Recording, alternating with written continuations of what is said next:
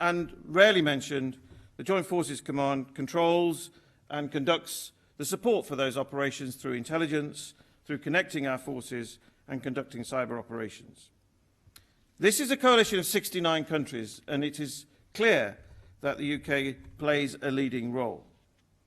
And as acknowledged by the Secretary-General of NATO, Jens Stoltenberg, who I congratulate on his extension in post, we've played a significant and leading role in NATO this year, and that is the organisation that keeps the people of this country safe by delivering collective security. And my contention is that statement, or versions of that statement, need to be more prominent in the narrative and the dialogue. We are kept safe from many threats and risks by our membership of the North Atlantic Treaty Organization. And we therefore contribute to that organization. In response to the threat posed by the modernization of the Russian Navy, both nuclear and conventional submarines and ships, we, along with our Atlantic allies, have prioritized missions and tasks to protect the sea lines of communication. This sounds like a rerun of old missions. Actually, as I'm about to say, it is very, very important that we understand how important that mission is for the North Atlantic Treaty Organization. Because Russia, in addition to new ships and submarines, continues to perfect both unconventional capabilities and information warfare. And there is a new risk to our way of life, which is the vulnerability of the cables that crisscross the seabeds. Can you imagine a scenario where those cables are cut or disrupted, which would immediately and potentially catastrophically affect both our economy and other ways of living if they were disrupted? Therefore, we must continue to develop our maritime forces with our allies, with whom we're working very closely, to match and understand Russian fleet modernization.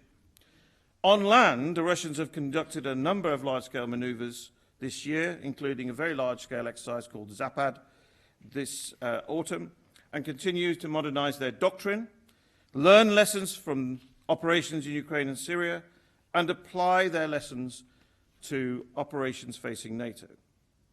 In Ukraine, during the conflict, 2 brigades of the Ukrainian armed forces were wiped out in a few minutes by Russian modernized land-based systems.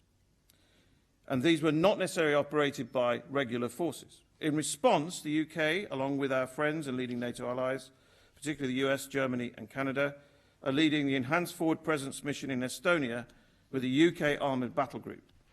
I visited, and many other people have visited, and I reassure you we will continue with this mission. It is impressive the speed of response of the alliance with our friends in US, Germany and Canada, leading a forward presence mission in Poland, Latvia, Lithuania and Estonia. In the air, the UK Typhoons, in addition to the intercepts around our shores I've mentioned, have also led, for the first time, a UK detachment to the Black Sea coast, which I also visited, in order to provide air policing and, if necessary, air defence around the Black Sea. And very flexibly, the Typhoons have also supported the battle group and NATO forces in Estonia. So I'm trying to give you a lot of detail to point out that we are genuinely playing a leading role in NATO, which is essential to our security, and we must sustain this posture as Russia modernizes its forces, flexes its muscles, not just in Syria, and has a higher risk appetite to achieve its national interest. Therefore, I think, and I am in touch with many people who study Russia, we need new and different thinking on where we train in sight of Russia to demonstrate modern deterrence, or with our friends in the Middle East to provide reassurance. An excellent example is our forthcoming large-scale deployment to Oman, Exercise Safe Syria 3, in the autumn of 2018. And to our friends, we are not fair weather friends, we stay the course. And that's an important message.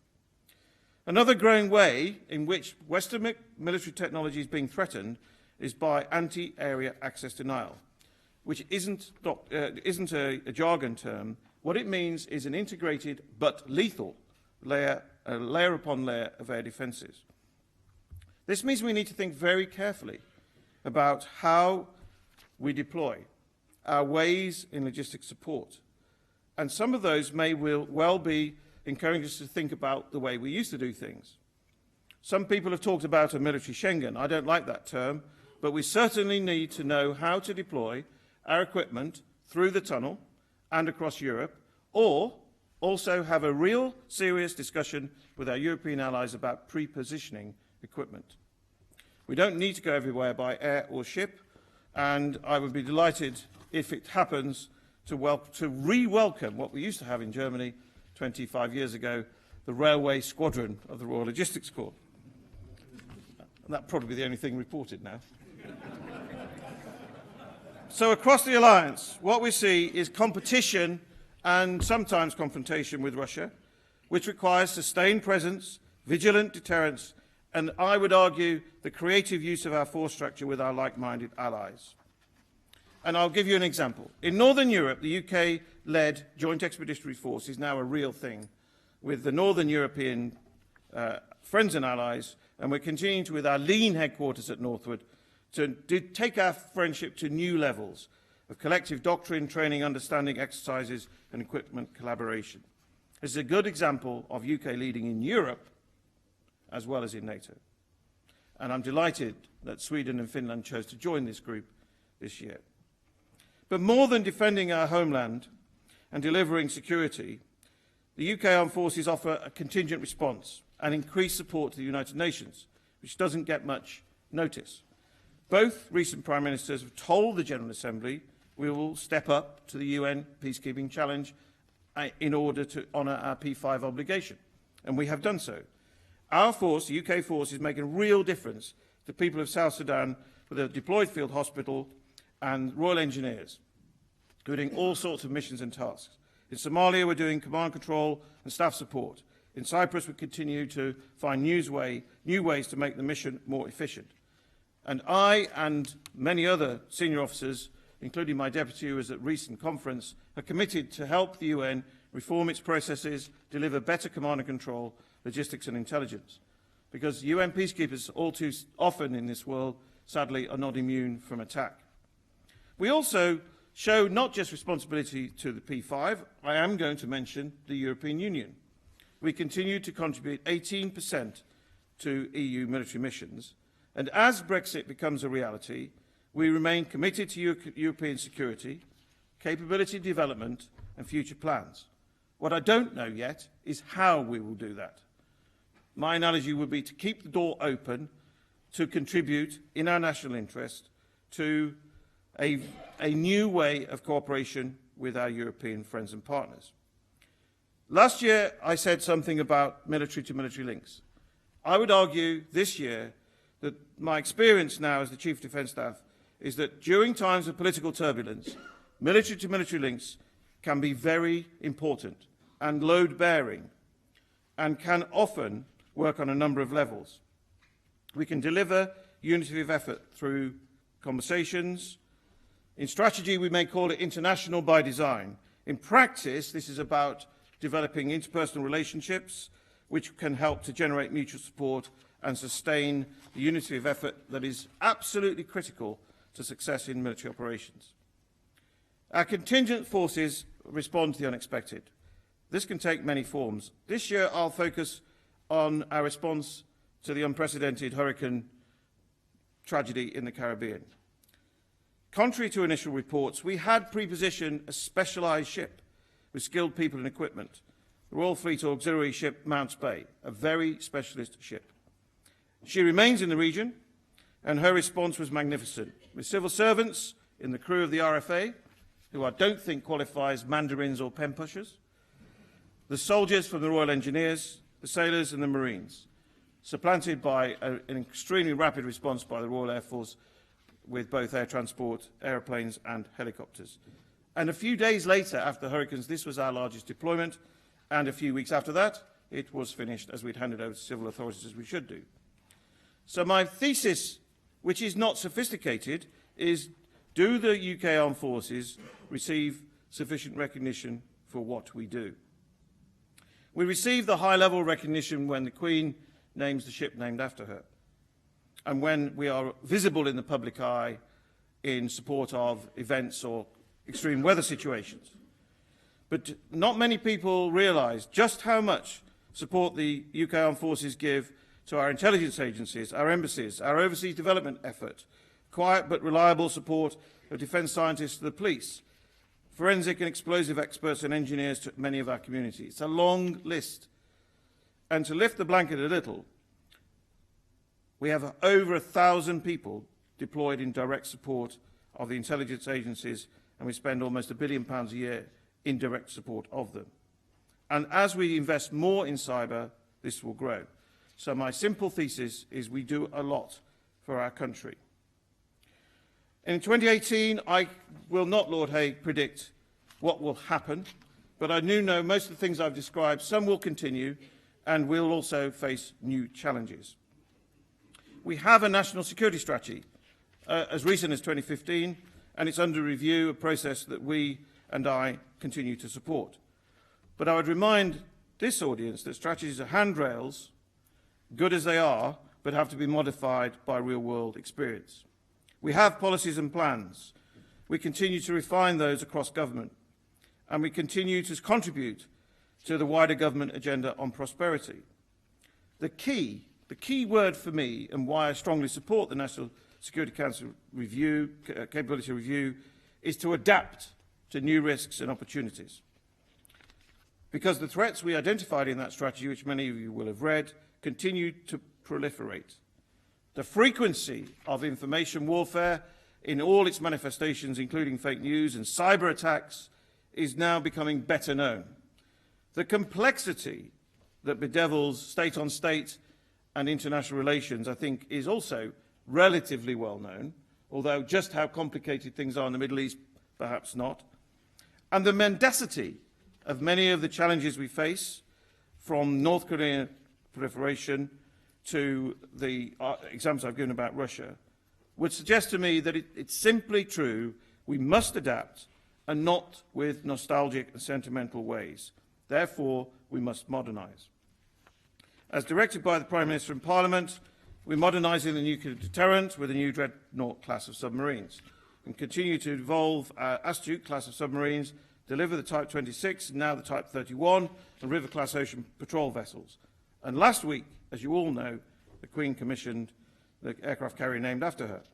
And she will provide a very important deterrent capability with poised presence and effect with the Lightning II aircraft, the helicopters and new support ships. So this, I would argue, takes us to a new level of maritime capability interoperable with our allies. And we need to adapt our doctrine. The very good leader of the Doctrine Centre is here tonight, and I know he would agree with me. We must continue to adopt our doctrine to face new risks and threats, including amphibiosity, including many other things I haven't had time to mention.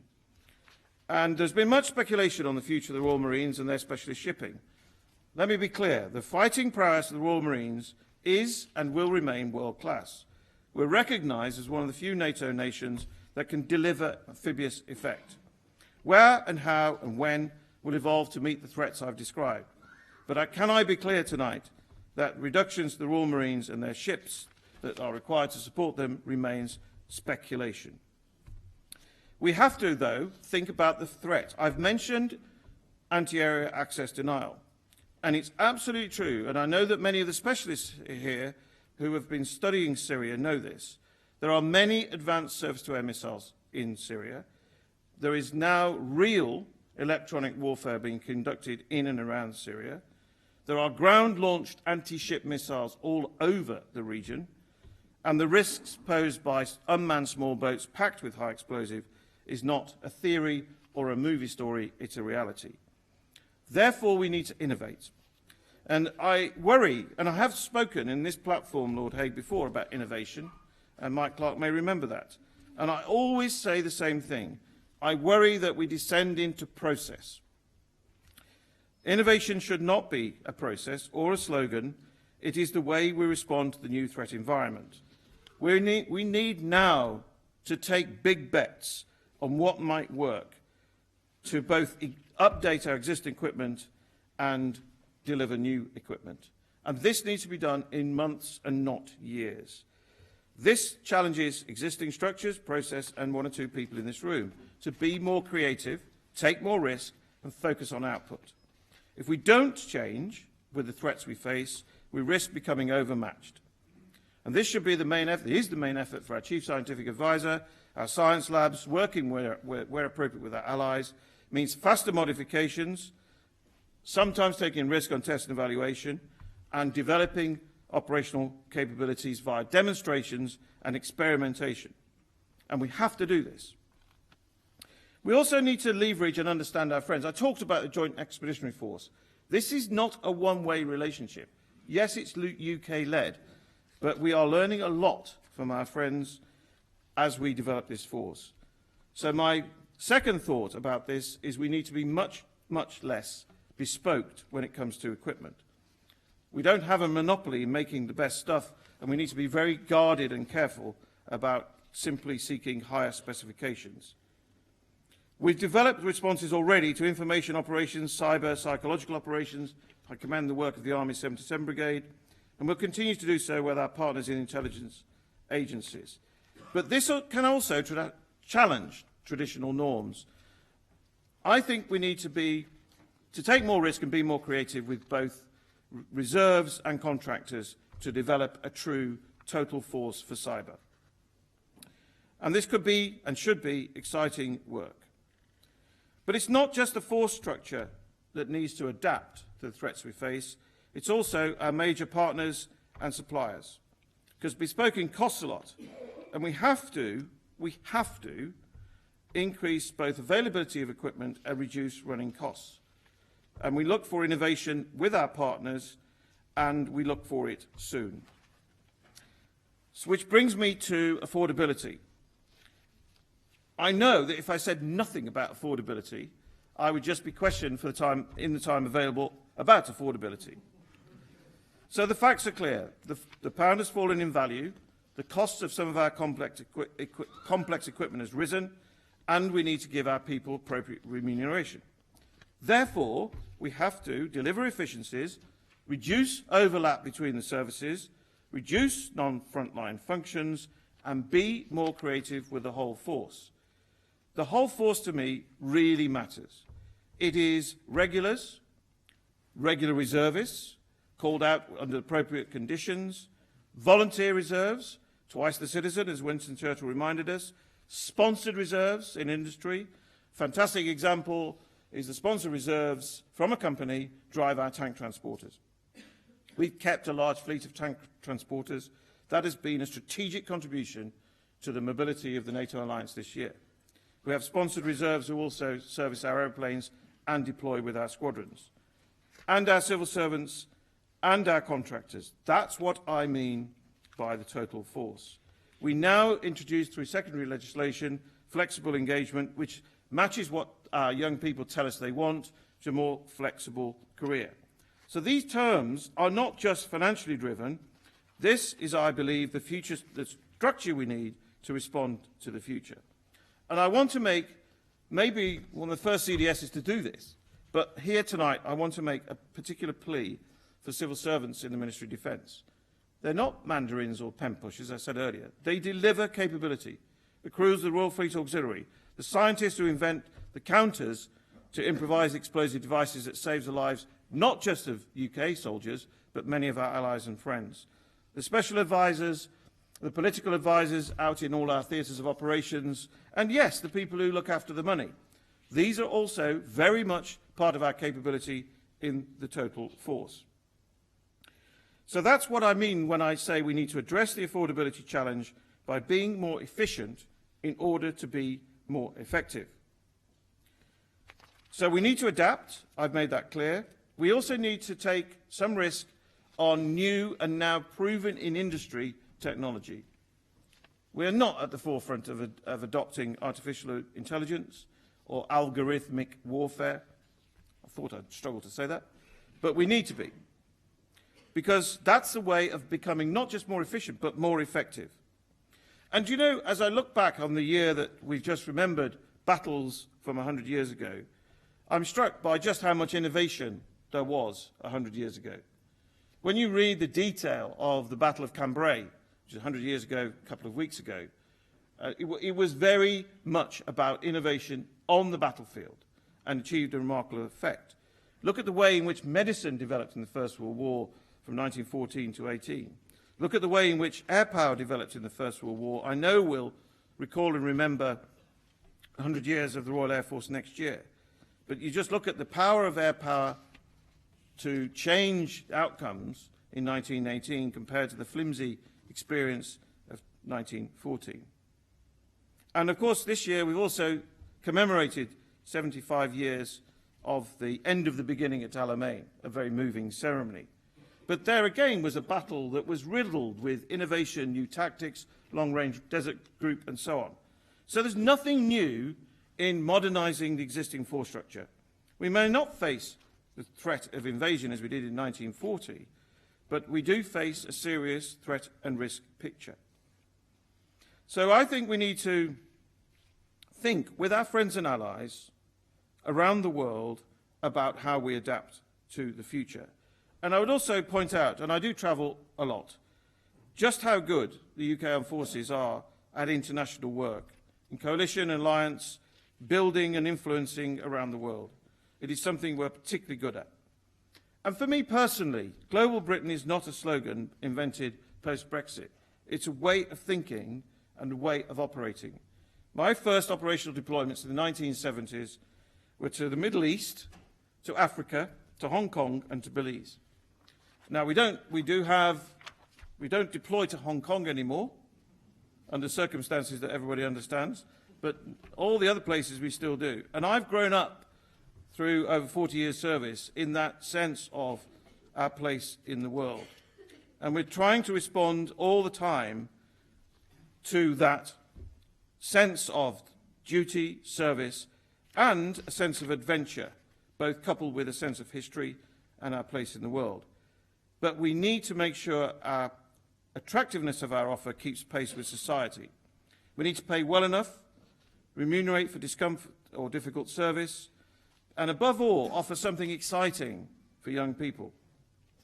We offer more apprenticeships in the Ministry of Defence than any other organisation in Britain. We create more skills which go back into the British economy when people leave, with also a sense of discipline and purpose. And every employer I talk to tells me that. And we are an engine for social mobility. I'm very proud of my working class roots.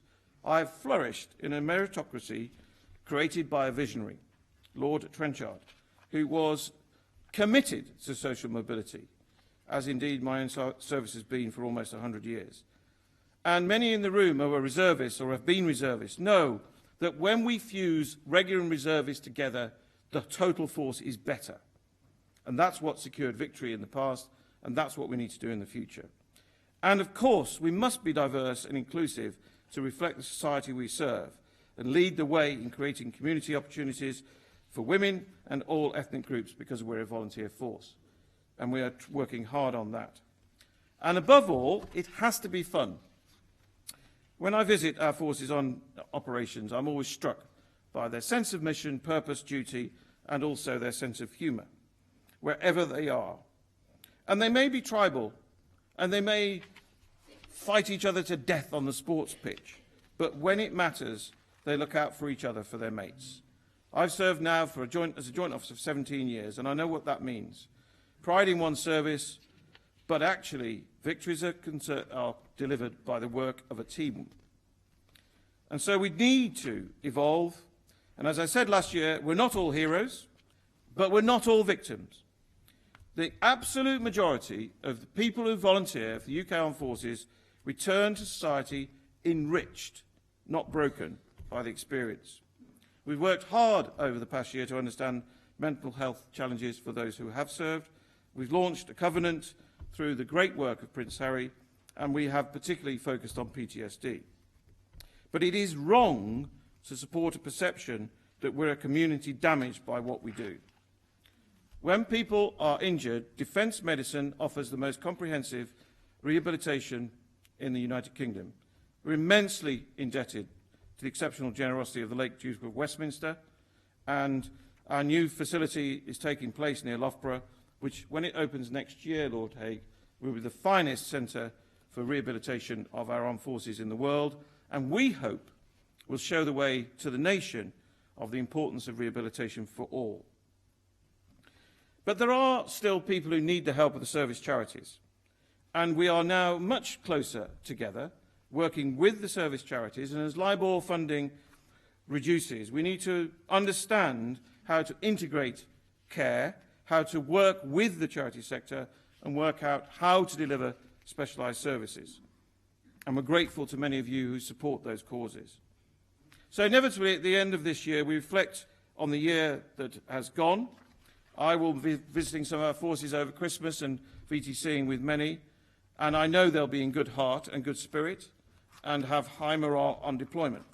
We're modernising across the way. But I think I've made clear that we do face change. This requires us to think differently to the past. What we need is a joint integrated force with fighting power, which is interoperable, and a total force with adapted structures. And we need to work together on that. My personal main effort is to sustain our edge in this troubled world. Our equipment has to be good enough. Our training exercises need to be creative and imaginative. Simulation and wargaming need to be higher priorities. We mustn't reduce training in order to generate more risk. We need to increase training to generate less risk. We need to really understand that people's skills evolve during their career. Some people go in and out of service, regular reserve, into industry and back again. I've been told time and again, often in this room actually, Mike, that this was too hard. You couldn't move your pension pot around. You couldn't do this. You couldn't do that. That's all wrong. We can do this. The total force can and will work. And we need to make the case for betterment from an efficient force structure with reduced overhead. And so we need to end up, as I move on to NATO, with a force that gets the world we're in, understands what they're doing, faces down risks and threats, is proud to serve, and remains respected across the globe. Thank you.